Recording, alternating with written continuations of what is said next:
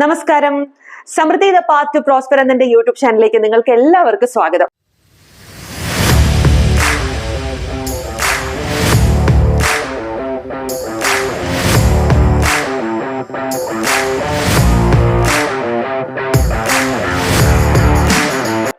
ഇന്ന് നമ്മൾ ഡിസ്കസ് ചെയ്യുന്ന ടോപ്പിക് ഇന്ത്യ ബുക്ക് ഓഫ് റെക്കോർഡ്സിനെ കുറിച്ചാണ്. ഞാൻ ഡോക്ടർ നീതു കൃഷ്ണ.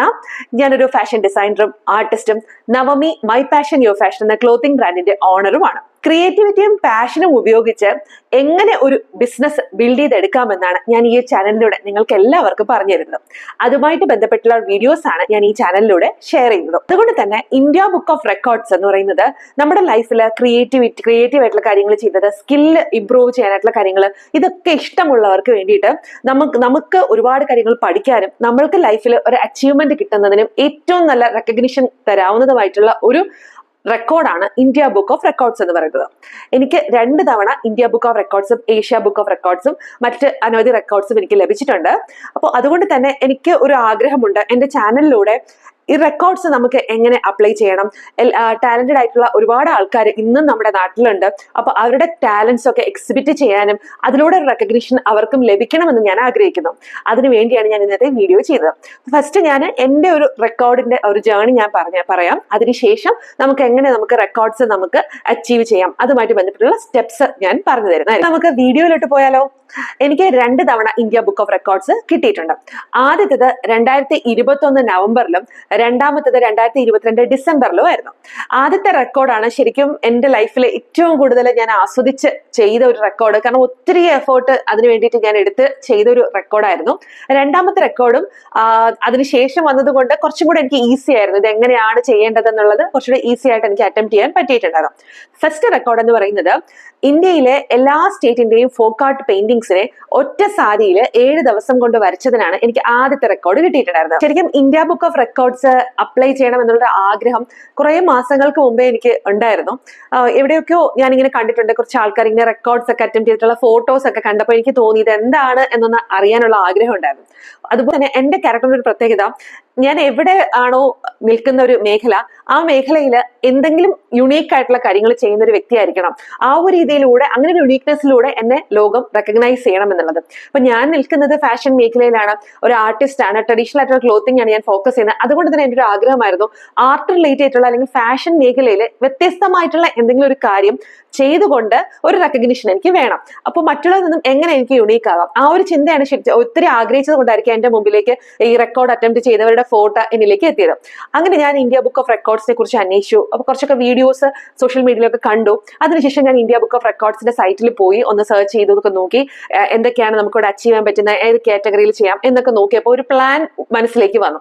അതിനുശേഷം എനിക്ക് ആദ്യം തോന്നി, ഞാൻ ആർട്ടിസ്റ്റ് ആണ്, ഡ്രസ്സിലാണ് ഞാൻ ഏറ്റവും കൂടുതൽ കൈകാര്യം കാര്യങ്ങൾ ചെയ്യുന്നത്, അതുകൊണ്ട് തന്നെ അതുമായിട്ട് ബന്ധപ്പെട്ട് റെക്കോർഡ് ചെയ്യാമെന്ന് ആദ്യം പ്ലാൻ വന്നു.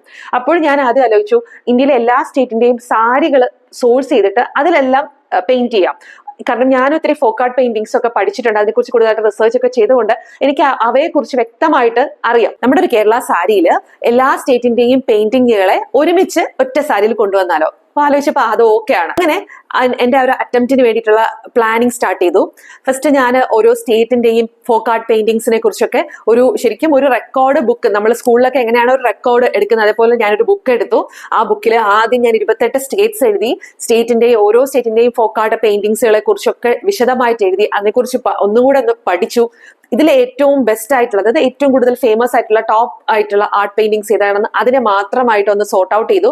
അതിനുശേഷം ഒന്ന് പ്ലാൻ ചെയ്തു, സാരിയിൽ നമ്മൾ എങ്ങനെ വരയ്ക്കണം എന്നുള്ള രീതിയിൽ അതൊക്കെ ഒന്ന് പ്ലാൻ ചെയ്തതിനു ശേഷം 1 മാസം ഫുള്ള് ഞാൻ അതിന് വേണ്ടിയിട്ട് തന്നെ പഠിക്കാനായിട്ട് ഇരുന്നിട്ട്, കുറച്ച് പെയിന്റിങ്സ് ഒക്കെ വളരെ ഇൻട്രൻസിക് ആയിട്ടുള്ള പെയിന്റിങ്സ് ആണ്. അപ്പൊ അതിനെയൊക്കെ ഒന്ന് വരച്ച് പ്രിപ്പയർ ചെയ്തൊക്കെ നോക്കിയിട്ട് എങ്ങനെ ക്യാമറ വെക്കണം ഇതൊന്നും എനിക്കറിയില്ല. കാരണം ഇവർക്ക് എവിഡൻസ് ആയിട്ട് നമ്മൾ വീഡിയോസ് എല്ലാം കൊടുക്കണം. അപ്പൊ അങ്ങനെ ഞാൻ വീഡിയോസ് ഷൂട്ട് ചെയ്യുന്ന എങ്ങനെ, അതിന് വേണ്ടിയിട്ടുള്ള ട്രൈപോഡ്, ക്യാമറ, ഇതെല്ലാം വാങ്ങി സെറ്റ് ചെയ്തു. ക്യാമറ എന്ന് പറയുന്നത് DSLR ഒന്നുമല്ല, എന്റെ മൊബൈൽ, 2 മൊബൈൽ വെച്ചിട്ടൊക്കെയാണ് ഞാൻ എടുത്തത്. അങ്ങനെ ഞാൻ റെക്കോർഡ് അറ്റംപ്റ്റ് ചെയ്യാനായിട്ടുള്ള ആ ഒരു ദിവസം എത്തി. ആപ്ലിക്കേഷൻ ഒക്കെ ഫിൽ ചെയ്തു. അവർ റെക്കോർഡ് സബ്മിറ്റ് ചെയ്യാനായിട്ട് ഇത്ര ദിവസത്തിനുള്ളിൽ ചെയ്യണം എന്നുള്ള രീതിയിൽ എനിക്ക് മെയിൽ വന്നു. അങ്ങനെ ഞാൻ ഒരു 7 ദിവസത്തില് ഞാൻ ഒരു റെക്കോർഡ് എന്നുള്ള രീതിയിൽ ടൈം ടൈം ബൗണ്ട് എന്ന് പറഞ്ഞു കഴിഞ്ഞാൽ, എനിക്ക് കുഞ്ഞു മോൻ ആയിരുന്നു ആ സമയം. ഇപ്പൊ എന്റെ മോന് 4 വയസ്സാ. 2 3 വർഷം മുമ്പുള്ള, അപ്പൊ അവൻ ആകെ ഒരു ഫീഡിങ് ഒക്കെ ചെയ്യുന്ന ഒരു സമയമായിരുന്നു. 1.5 വയസ്സ് സമയത്തായിരുന്നു അത് ചെയ്തത്. അപ്പൊ ആ സമയത്ത് വളരെയധികം ഡെഡിക്കേറ്റഡ് ആയിട്ട് എന്റെ ഫാമിലി ഫുള്ള്, എന്റെ അച്ഛൻ, അമ്മ, അനിയൻ, എല്ലാവരും എന്നെ അതുപോലെ സപ്പോർട്ട് ചെയ്തുകൊണ്ടാണ് ഞാൻ ആ ഒരു റെക്കോർഡ് അറ്റംപ്റ്റിലേക്ക് വന്നത്. അങ്ങനെ ആ ഒരു ഫുൾ ടൈം ഞാൻ അതിനുവേണ്ടി ഇരുന്നു. രാത്രി 1 മണി 2 മണി വരെയൊക്കെ ഇരുന്നാണ് ആ സാരി, കാരണം 7 ദിവസം സമയത്തിനുള്ളിൽ ആ ഒരു സാരി നമ്മൾ കംപ്ലീറ്റ് ചെയ്തിരിക്കണം. എന്നിട്ട് അടുത്ത ദിവസമാണ് നമ്മൾ സബ്മിറ്റ് ചെയ്യണം. അങ്ങനെ 7 ദിവസം കംപ്ലീറ്റ് ആയിട്ട് ഞാൻ ഇരുന്ന് വരച്ചു എന്ന് പറയുന്നത് അത് ഇങ്ങനെ കോളംസ് ആയിട്ടാണ് ഞാൻ ആ സാരി വരച്ചത്. അതായത് ഓരോ കോളവും ഓരോരോ സ്റ്റേറ്റിനെ ആണ് റെപ്രസെന്റ് ചെയ്തുകൊണ്ട് ജമ്മു കാശ്മീരിൽ നിന്നും സ്റ്റാർട്ട് ചെയ്ത് നമ്മുടെ കേരളത്തിൽ വന്ന് എൻഡ് ചെയ്യുന്ന രീതിയിൽ നമ്മുടെ കേരള സാരി 6 മീറ്റർ ഞാൻ ഫുള്ളായിട്ട് വരച്ചിട്ടാണ് ഞാൻ ആ റെക്കോർഡ് ഫുള്ളായിട്ട് ഞാൻ അറ്റംപ്റ്റ് ചെയ്തത്. അങ്ങനെ അതിനുശേഷം നെക്സ്റ്റ് ഡേ ഞാൻ അവർക്ക് കംപ്ലീറ്റ് ആയിട്ട് തന്നെ വീഡിയോസ് എല്ലാം ഞാൻ ടൈം ലാപ്സിൽ എടുത്ത വീഡിയോസ് ആണ്. എല്ലാ വീഡിയോസ് 130ഓളം വീഡിയോസ് ഞാൻ അവിടെ സബ്മിറ്റ് ചെയ്തു, ഒപ്പം ഫോട്ടോസ്. അതെല്ലാം കഴിഞ്ഞിട്ട് ഞാൻ മെയിൽ വരാനായിട്ട് വെയിറ്റ് ചെയ്തു. അതിനുശേഷം അവരുടെ ഒരു മെയിൽ വന്നു, ഞങ്ങൾക്ക് ഇത് മാത്രം പോരാ, സാരി ഫുള്ളായിട്ട് നിങ്ങൾ അളന്ന് കാണിച്ചു തരണം. അതായത് ഈ 6 മീറ്റർ ഞാൻ മെൻഷൻ ചെയ്തിട്ടുള്ളൂ, പക്ഷെ 6 മീറ്റർ ലെങ്ത്തും വിട്ടും ഒക്കെ വെച്ച് അളക്കുന്ന വീഡിയോ വേണം. അങ്ങനെ വീണ്ടും കുറച്ച് എവിഡൻസസ് ഒക്കെ ചോദിച്ചു, അതെല്ലാം ഞാൻ സബ്മിറ്റ് ചെയ്തു. അതിനുശേഷം ഒരു 14 ഡേയ്സ് ആണ് അവർ പറയുന്നത് അവർക്ക് റിവ്യൂ ചെയ്യാൻ വേണ്ടിയിട്ട്, അതിനുശേഷം കൺഫർമേഷൻ വരത്തുള്ളൂ എന്ന് പറഞ്ഞു.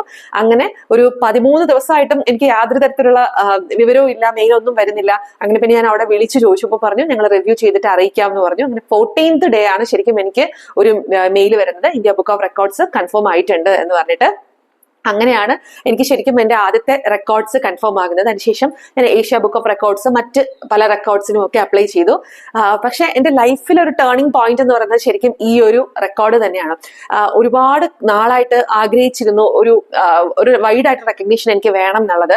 അതിനോടൊപ്പം തന്നെ എഫേർട്ട്, നമ്മളെ എത്രത്തോളം എഫേർട്ട് എടുക്കുന്നു അതിന്റെ ഒരു അധ്വാനത്തിന്റെ ഒരു ഫലം ഉണ്ടല്ലോ, അത് ഭയങ്കര എൻജോയ് ചെയ്യാൻ പറ്റുന്ന ഒരു മൂഡാണ്. അവൾ അത്രയും കഷ്ടപ്പെട്ട് അത്രയും മാസത്തെ ഒരു പ്രയത്നം, അതിനെല്ലാത്തിലും ഒടുവിലായിട്ടൊരു സന്തോഷം കിട്ടുന്നത്, അത് ഭയങ്കര നല്ലൊരു ഫീലാണ് നമുക്കത്. അത് ഓരോരുത്തരും ആസ്വദിക്കേണ്ടത് തന്നെയാണ്. അങ്ങനെയാണ് എനിക്ക് ആദ്യത്തെ റെക്കോർഡ് വരുന്നത്. പിന്നെ ഏഷ്യ ബുക്ക്, അങ്ങനെ കൺഫേം ആയിട്ട് പല റെക്കോർഡ്സ് വന്നു. ഇപ്പൊ ഗിന്നസിനായിട്ട് അത് ഞാൻ അപ്ലൈ ചെയ്തിട്ടുണ്ട്, എനിക്ക് ഇതുവരെ അത് കൺഫർമേഷൻ വന്നിട്ടില്ല. പിന്നെ അടുത്ത വർഷം നെക്സ്റ്റ് ഇയറും ഇതുപോലെ 2022 ഡിസംബറിലും അടുത്തൊരു റെക്കോർഡ് വീണ്ടും ഞാൻ അറ്റംപ്റ്റ് ചെയ്തു. അത് ഒരാഴ്ച ഡ്രസ്സുകളിൽ നമ്മൾ പെയിന്റിങ്സ് ചെയ്തതാണ്. അത് ഡിഫറെന്റ് ടൈപ്സ് ആയിട്ടുള്ളത്, ഞാൻ പല പല ഡ്രസ്സുകൾ അതിലാണ് ഡിസൈൻ ചെയ്യുന്നത്, അറ്റംപ്റ്റ് ചെയ്തത്. അത് പക്ഷെ എനിക്ക് കുറച്ച് ഈസി ആയിരുന്നു, കാരണം ഞാൻ ഓൾറെഡി ഈ ഒരു മേഖലയിൽ നിൽക്കുന്ന ഒരാളായതുകൊണ്ട് തന്നെ എനിക്ക് അത് പെട്ടെന്ന് തന്നെ ചെയ്തു തീർക്കാൻ പറ്റി. വലിയ സാരീസിലൊക്കെയാണ് കൂടുതലായിട്ടും ചെയ്തത്, എങ്കിലും ഞാൻ ആ ഒരു ടൈംലി ആ അറ്റംപ്റ്റും എനിക്ക് കൺഫേം ആയിട്ടുണ്ടെന്ന്. അങ്ങനെ എനിക്ക് ഇന്ത്യ ബുക്ക് ഓഫ് റെക്കോർഡ്സ് 2 വർഷം എനിക്ക് കിട്ടിയിട്ടുണ്ട്.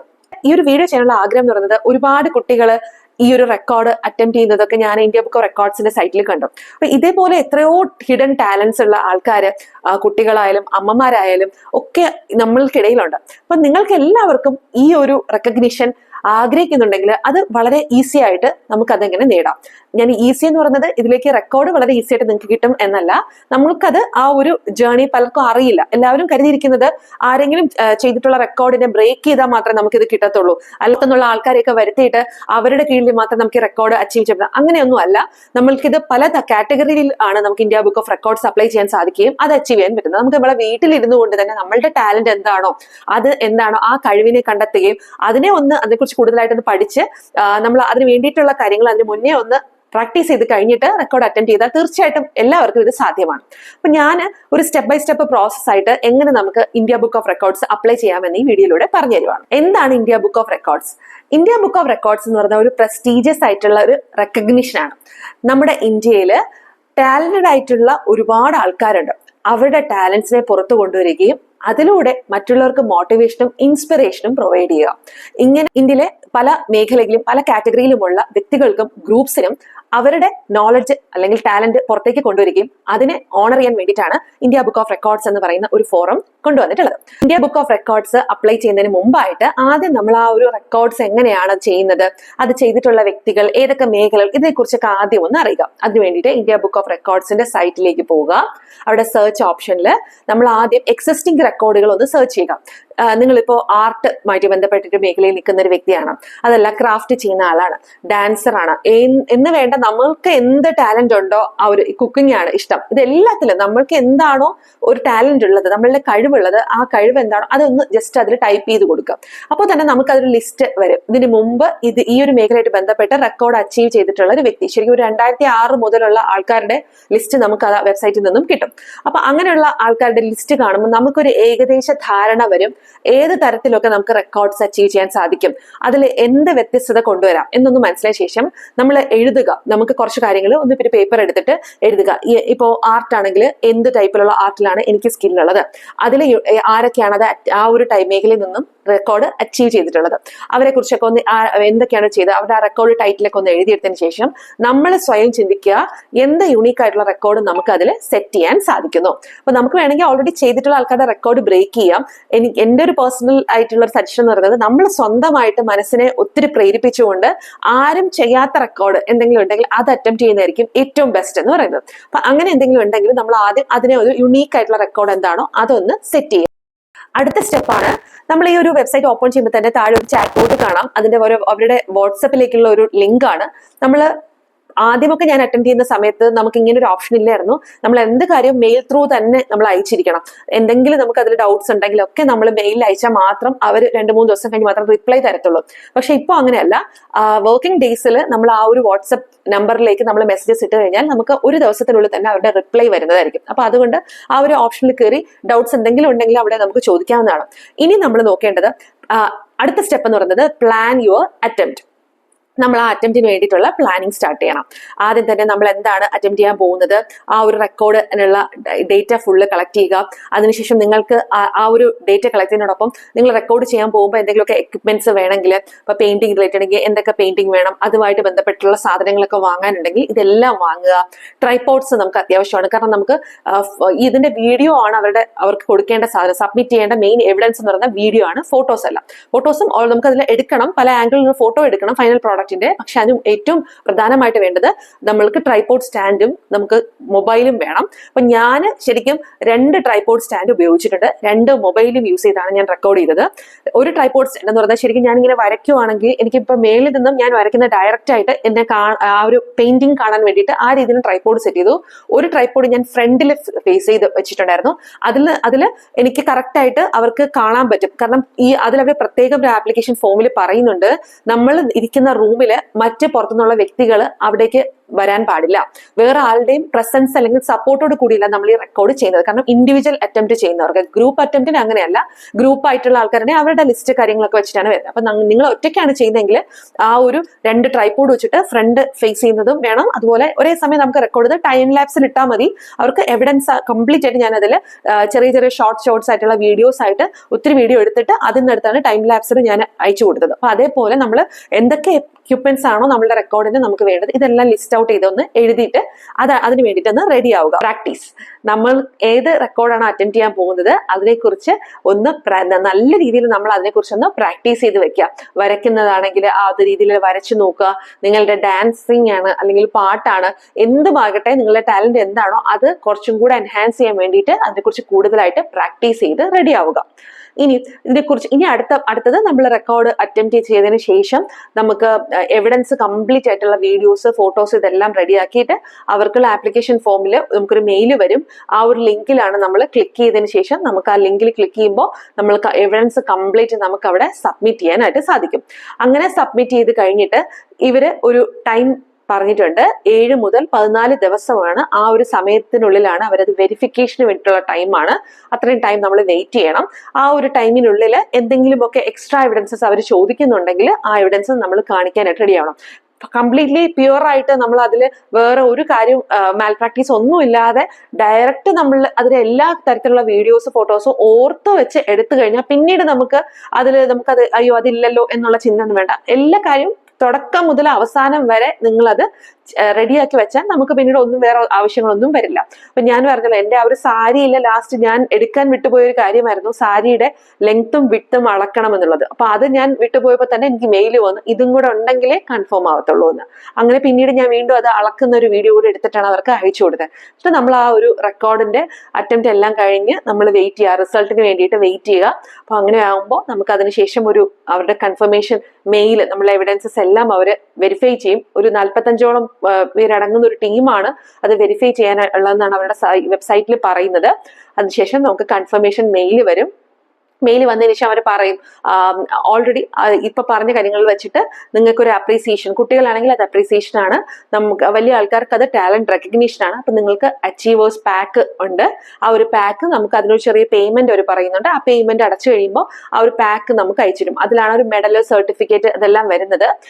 India book of records achieve ചെയ്തിട്ടുള്ള ഒരു പാക്ക് ഒക്കെ റിസീവ് ചെയ്തതിന് ശേഷം നമുക്ക് അപ്പോൾ മുതൽ നല്ല വീഡിയോസ് ഒക്കെ എടുക്കാന്നുള്ള, പാക്ക് ഓപ്പൺ ചെയ്യുന്ന വീഡിയോ, അതുപോലെ മെഡൽ, സർട്ടിഫിക്കറ്റ് ഇതൊക്കെ ഹോൾഡ് ചെയ്തിട്ട് നമുക്ക് നല്ലൊരു ഫോട്ടോ ഒക്കെ എടുത്തിട്ട് അവർ ഒരു സൈസ് പറഞ്ഞിട്ട് ആ ഒരു സൈസിലുള്ള ഫയലിൽ വേണം നമ്മൾ ആ ഫോട്ടോ അപ്ലോഡ് ചെയ്ത് കഴിയുമ്പോൾ ഇന്ത്യ ബുക്ക് ഓഫ് റെക്കോർഡിന്റെ ഒഫീഷ്യൽ വെബ്സൈറ്റില്, ഇന്ത്യ ബുക്ക് ഓഫ് റെക്കോർഡ്സിന്റെ ബുക്കില്, അതുപോലെ അവരുടെ ഇൻസ്റ്റാഗ്രാം, ഫേസ്ബുക്ക് പേജില്, ഒപ്പം അവരുടെ യൂട്യൂബ് ചാനലില് നമ്മളുടെ ആ ഒരു റെക്കോർഡ് അറ്റംപ്റ്റ് ചെയ്യുന്ന വീഡിയോ ഒക്കെ നമുക്ക് നാഷണൽ ടിവിയിൽ അത് ടെലികാസ്റ്റ് ചെയ്യുന്നതായിരിക്കും. ആ വീഡിയോ കട്ട് ചെയ്തൊക്കെ നമുക്ക് നമ്മുടെ സോഷ്യൽ മീഡിയ ഹാൻഡിൽസിൽ പോസ്റ്റ് ചെയ്യാവുന്നതാണ്. ചോദിക്കാറുണ്ട് ഈ റെക്കോർഡ് കൊണ്ട് എന്താണ് ഗുണമെന്ന്. അതിനുള്ളൊരു മറുപടി പറയട്ടെ.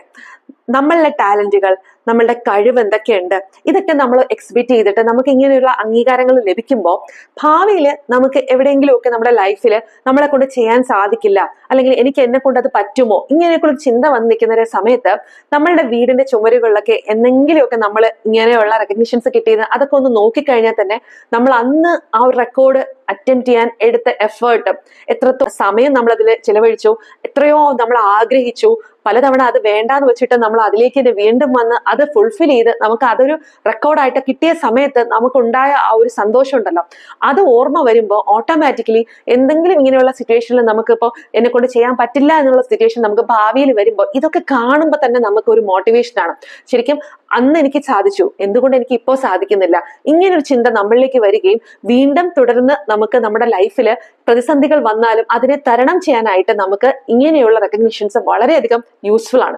ശരിക്കും എനിക്ക് ഈ റെക്കോർഡൊക്കെ കിട്ടിയതിന് ശേഷം ഒരുപാട് കാര്യങ്ങൾ ബിസിനസ്സായിട്ടും അതുപോലെ എൻ്റെ ഒരു പേഴ്സണൽ ലൈഫിലും ഒക്കെ പല പ്രതിസന്ധികളും ഒക്കെ വന്നപ്പോൾ എനിക്ക് പലപ്പോഴും തോന്നിയിട്ടുണ്ടെങ്കിൽ എന്നെ കൊണ്ട് അത് പറ്റുമോ, എന്നെ കൊണ്ട് സാധിക്കില്ല, ഞാനിങ്ങനെ ഒരു പരാജയമാണോ എന്നൊക്കെയുള്ള ചിന്ത വരുമ്പോൾ ഞാൻ ചെയ്തിട്ടുള്ള കാര്യം, എൻ്റെ വീടിന്റെ ചുമരുകളിലെല്ലാം എനിക്ക് കിട്ടിയിട്ടുള്ള എല്ലാ റെക്കഗ്നിഷൻസും ഞാൻ ഫ്രെയിം ചെയ്ത് വെച്ചിട്ടുണ്ട്. അപ്പോൾ എൻ്റെ ഹാളിൽ വന്നിരുന്നിട്ട് അങ്ങനെ വിഷമത്തോടെ വന്നിരിക്കുമ്പോൾ ഞാൻ നേരെ നോക്കുന്ന ശരിക്കും എൻ്റെ ചുമരിലേക്കാണ്. എന്തൊക്കെ ഒരു ലൈഫിലെ ഘട്ടത്തിലൂടെയാണ് ഞാൻ കടന്നുപോയത്, ഇതൊക്കെ എന്നെ ദിവസവും ഓർമ്മപ്പെടുത്തൽ പോലെയാണ് എനിക്ക് തോന്നാറുണ്ട്. അതെനിക്ക് ഭയങ്കര മോട്ടിവേഷനാണ് തരുന്നത്. അതുകൊണ്ട് തന്നെ എൻ്റെ ഒരു ആഗ്രഹമാണ്, നിങ്ങൾ എല്ലാവരും, ആർക്കാണ് ടാലന്റ് ഇല്ലാത്ത, ഞാനിപ്പോ ഈ വീഡിയോ ചെയ്യുമ്പോൾ തന്നെ ഇതിന് താഴെ കമന്റ് വരും എനിക്ക് ഒരു ടാലന്റും ഇല്ല, എനിക്ക് ഒരു കഴിവുമില്ല എന്ന്. അങ്ങനെ പലരും കമന്റ് ഇട്ടത് കൊണ്ടാണ് ശരിക്കും എനിക്ക് ഇന്നൊരു വീഡിയോ തന്നെ ചെയ്യാൻ തോന്നിയത്. കാരണം കഴിവില്ലാത്തതായിട്ട് ഈ ഭൂമിയിൽ ആരെയും ഈശ്വരൻ ജനിപ്പിക്കുന്നില്ല എന്ന് തന്നെ പറയാം. നമ്മളുടെ ഉള്ളിലെ കഴിവ് നമ്മൾ എന്ന് തിരിച്ചറിയുന്നോ അന്ന് മുതൽ നമ്മുടെ ലൈഫ് മാറാൻ തുടങ്ങും. അങ്ങനെയുള്ള കഴിവ് നിങ്ങൾ ഇല്ലെങ്കിൽ അത് കണ്ടെത്താനായിട്ട് നിങ്ങൾ ശ്രമിക്കുക. നമ്മളുടെ മനസ്സിനെ ശക്തമായി പ്രേരിപ്പിക്കുക, എന്നിൽ എന്താണ് കഴിവുള്ളതെന്ന്. ആ കഴിവ് നമ്മൾ തിരിച്ചറിയുക, ഇങ്ങനെയുള്ള കാര്യങ്ങളിലേക്കുള്ള അറ്റംപ്റ്റിലേക്ക് വരിക. ഒത്തിരി മാറ്റം നമ്മുടെ ലൈഫിൽ ഉണ്ടാവും. എൻ്റെ ഈ വീഡിയോ കണ്ടുകൊണ്ടിരിക്കുന്ന നിങ്ങൾക്ക് എല്ലാവർക്കും ഇന്നത്തെ വീഡിയോ വളരെയധികം യൂസ്ഫുൾ ആണെന്ന് ഞാൻ വിശ്വസിക്കുന്നു. ഇന്ത്യ ബുക്ക് ഓഫ് റെക്കോർഡ്സുമായിട്ട് ബന്ധപ്പെട്ട് എന്തെങ്കിലും ഡൗട്ട്സ് ഉണ്ടെങ്കിൽ നിങ്ങൾക്ക് എനിക്ക് മെസ്സേജ് ചെയ്യാം, താഴെ കമന്റ് ചെയ്യാം, ഞാൻ അതിന് റിപ്ലൈ ചെയ്യുന്നതായിരിക്കും. ശരിക്കും ഈ ഒരു ജേർണി എന്ന് പറയുന്നത് ഒരുപാട് പ്രാർത്ഥന, ഒരുപാട് സപ്പോർട്ട്, സ്വന്തം മനസ്സിന് തന്നെ ഒരു സപ്പോർട്ട് കൊടുത്തുകൊണ്ടാണ് ഞാൻ ശരിക്കും റെക്കോർഡ് ചെയ്തത്. അതിനിടയ്ക്ക് ഒരുപാട് പ്രതിസന്ധികൾ എനിക്ക് പലപ്പോഴായിട്ട് വന്നിട്ടുണ്ട്. ഒത്തിരി മഴയുള്ള സമയം, ആ സമയം സാരി ഉണങ്ങുന്നില്ല, അങ്ങനെ പല പല പ്രശ്നങ്ങൾ ആ ഒരാഴ്ചയിൽ സംഭവിച്ചു. എങ്കിലും എനിക്കൊരു ഹോപ്പ് എന്നിലുണ്ടായിരുന്നു, എനിക്കിത് അച്ചീവ് ചെയ്യാൻ പറ്റും, എനിക്ക് അറ്റംപ്റ്റ് കംപ്ലീറ്റ് ചെയ്യാൻ പറ്റും എന്നുള്ള ഭയങ്കരമായിട്ടുള്ളൊരു വിശ്വാസം എനിക്കുണ്ട്. കാരണം അത്രയും ഞാൻ അതിന് പിന്നിൽ കഷ്ടപ്പെട്ടിട്ടുണ്ടായിരുന്നു. നിങ്ങൾക്ക് ആ ഒരു വീഡിയോ കാണുമ്പോൾ തന്നെ അറിയാം എത്ര സമയം നമ്മൾ അതിൽ എടുക്കുന്നു, ഇത്രയും പെയിന്റിങ്സ് ഒരുമിച്ച് കൊണ്ടുവരുന്നു. കാരണം അതിലെ ഓരോ സ്റ്റേറ്റിന്റെ പെയിന്റിങ്ങും വ്യത്യസ്തമായിട്ടുള്ള രീതിയിൽ വേണം നമ്മൾ പെയിന്റ് ചെയ്യാനുള്ളത്. അപ്പൊ ഞാൻ ഇതിനെക്കുറിച്ചൊക്കെ പഠിക്കാനെടുത്ത എന്റെ എഫേർട്ട്, ഇതിനൊക്കെ ഒരു ഫലം എനിക്ക് വേണമെന്ന് ഭയങ്കരമായിട്ട് ശക്തമായിട്ട് ഞാൻ ആഗ്രഹിച്ചു. എല്ലാവർക്കും ലൈഫിൽ ഒരുപാട് സക്സസ് ഉണ്ടാവട്ടെ, എല്ലാവരും ഹാപ്പി ആയിട്ടിരിക്കട്ടെ എന്ന് ഞാൻ ആത്മാർത്ഥമായിട്ടും ആഗ്രഹിക്കുന്നു. എന്റെ വീഡിയോസ് നിങ്ങൾക്ക് ഇഷ്ടപ്പെടുന്നുണ്ടെങ്കിൽ ലൈക്ക് ചെയ്യുക. നിങ്ങളുടെ ഫാമിലിയിലോ നിങ്ങളുടെ ഫ്രണ്ട്സിനിടയിലോ ഒരുപാട് ടാലന്റ് ഉള്ള ആൾക്കാരുണ്ടെങ്കിൽ, പ്രത്യേകിച്ച് കുട്ടികളൊക്കെ ഉണ്ടെങ്കിൽ അവരിലൊക്കെ ഈ വീഡിയോ ഷെയർ ചെയ്ത് കൊടുക്കുക. ഒരുപാട് ആൾക്കാർക്ക് ലൈഫിൽ മാറ്റം ഉണ്ടാവട്ടെ. ചാനലിലെ വീഡിയോസ് ഇഷ്ടപ്പെടുന്നുണ്ടെങ്കിൽ തീർച്ചയായിട്ടും ചാനലിലെ വീഡിയോസ് ഷെയർ ചെയ്യുക. ഒപ്പം എന്റെ ചാനൽ സബ്സ്ക്രൈബ് ചെയ്ത് സപ്പോർട്ട് ചെയ്യുക. ഒത്തിരി ഇൻഫോർമേറ്റീവ് ആയിട്ടുള്ള നല്ല നല്ല വീഡിയോസ് ഇനിയും വരുന്നുണ്ട്. കാത്തിരിക്കുക. താങ്ക്